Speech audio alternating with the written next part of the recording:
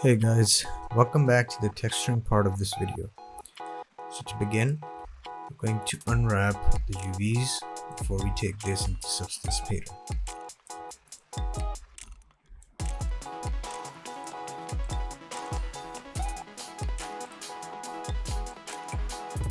I'm going to move the UV window onto my other screen so I have more view of this. The first thing we want to do is take one projection in any of these axes. I prefer to do it in Y, or a shape like this.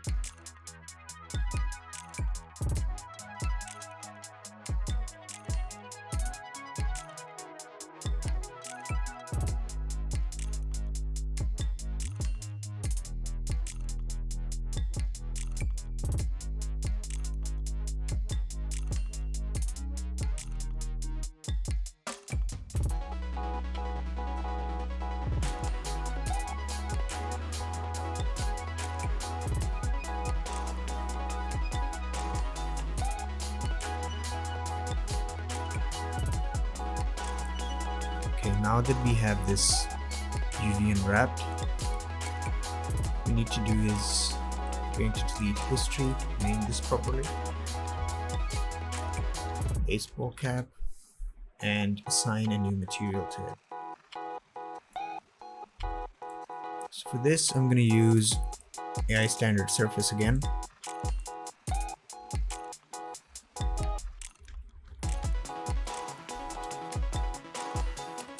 And export the selection. First, before we do that, you guys remember this part is separate from the rest of the mesh. We shouldn't forget that.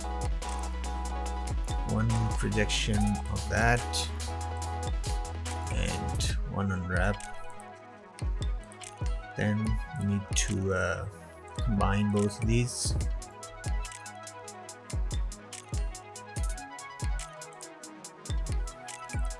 That's baseball cap mat.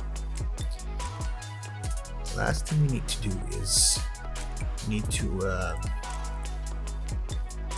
once again go in here, press Ctrl L, and that's gonna arrange the layout for us automatically. Okay. Export the selection and we go over to Substance Painter. Okay, now that we are inside of Substance Painter, I'm gonna begin by coming into default baseball hat material and dragging that into our scene. This gives us a base to work off of. You can see that the direction in all these parts is completely random, and that's not what we're looking for. So what we're going to do is I'm going to create a folder, drag and drop this inside of that, and add a black mask to that folder. So right now, if I select this UV chunk and place it anywhere, it's going to fill out the whole UV chunk, and that's not something that we want. So by pressing Ctrl and right mouse dragging, you can change the size of the brush. So let's get the sides in first.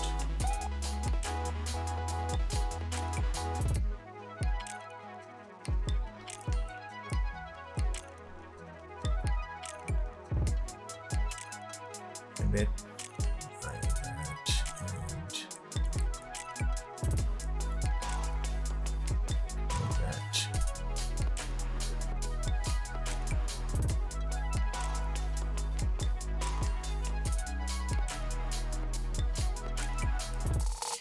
we still have these edges that need work.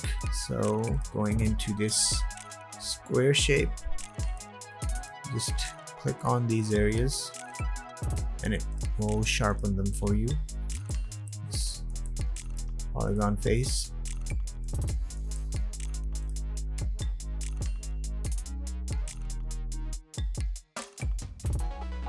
Similarly, by pressing the X key, you can see the value jumps from 0 to 1. So at 0, I can remove spaces where I don't need that color.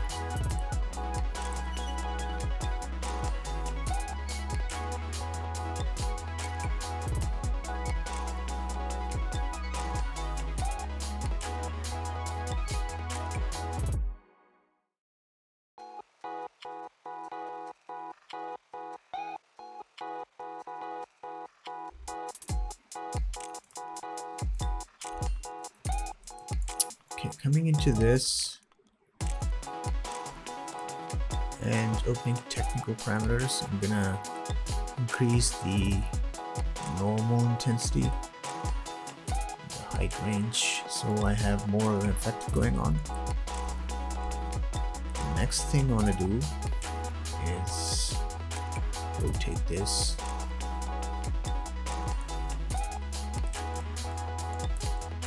Yes, that's the shape I'm looking for. So it flows horizontally instead of vertically.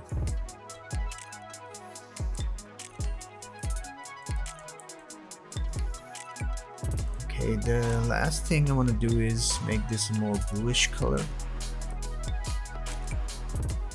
There we go. Yeah, that looks nice. So the next thing is going to be texturing the rest of this.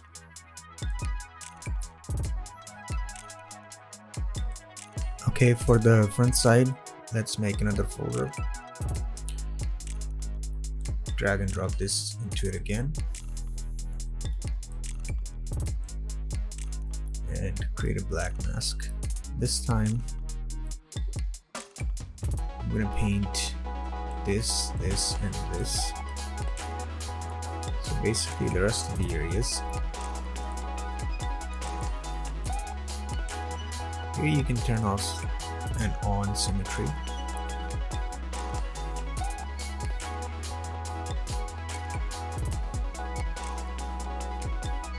And place this underneath so don't paint over what we've already done and what's already final.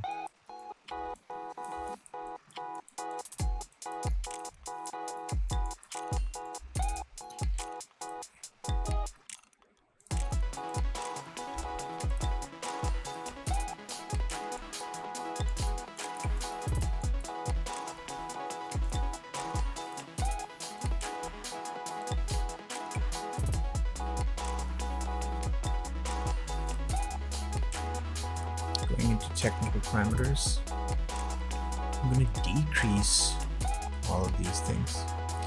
In fact, I don't think I need a normal channel for this or a height channel.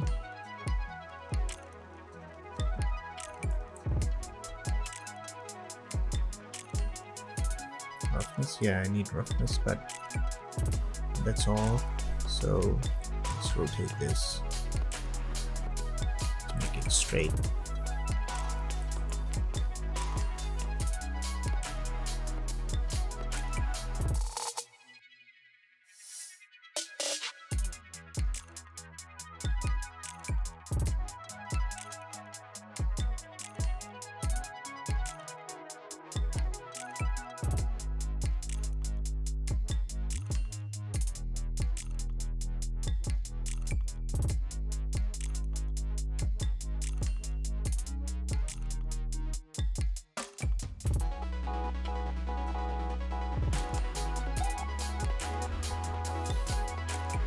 Last one. Let's create one more folder and drag and drop this into color and pick the same color.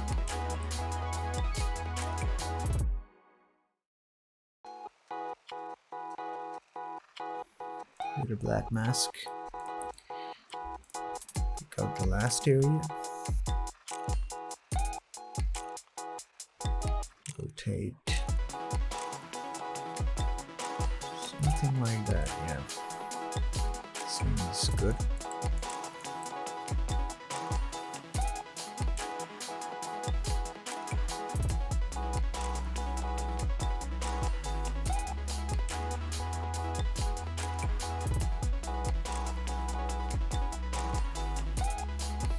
Let's add another little layer. Add a black mask to that layer, and what we're gonna do is in the tools, yeah, it should be in the tools. Here we are, straight stitch. Let's increase the size.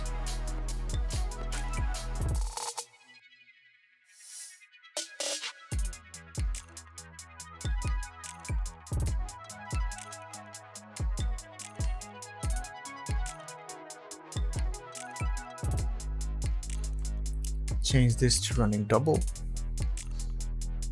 Turn on lazy mouse for more control. There we go.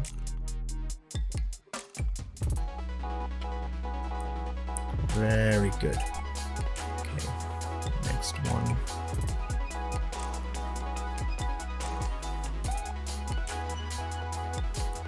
And the final one.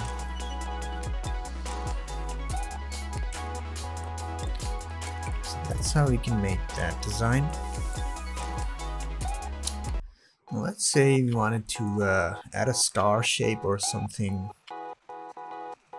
for this part. So what we do is we take another layer, add a black mask to that as well, change the color to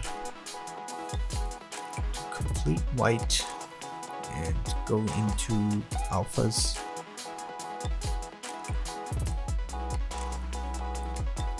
Let's pick out something that will look nice. You can also import your own alphas. I'm just using the one that's already inside a substance. Let's take this one.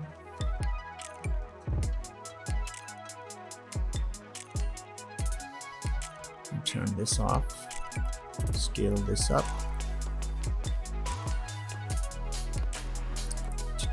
This stitch thingy. Okay, so last thing you want to do is when you create this new layer, you will have these settings of follow path, size jitter, flow jitter, angle jitter, and position jitter. You need to turn these off. Then when you click, it's going to make that shape for you. So now that we have that, all we gotta do is go back into Maya and apply our things. But first, let's have a look at these edges and make sure that we are not missing anything important.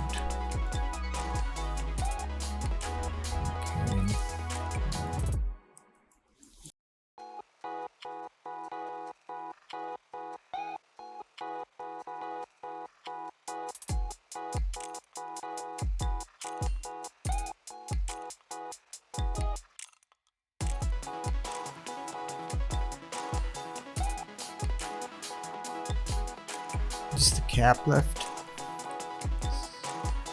Just go and make that black really quick. And that should do it. And all that's left is to export and place that back into Autodesk Maya.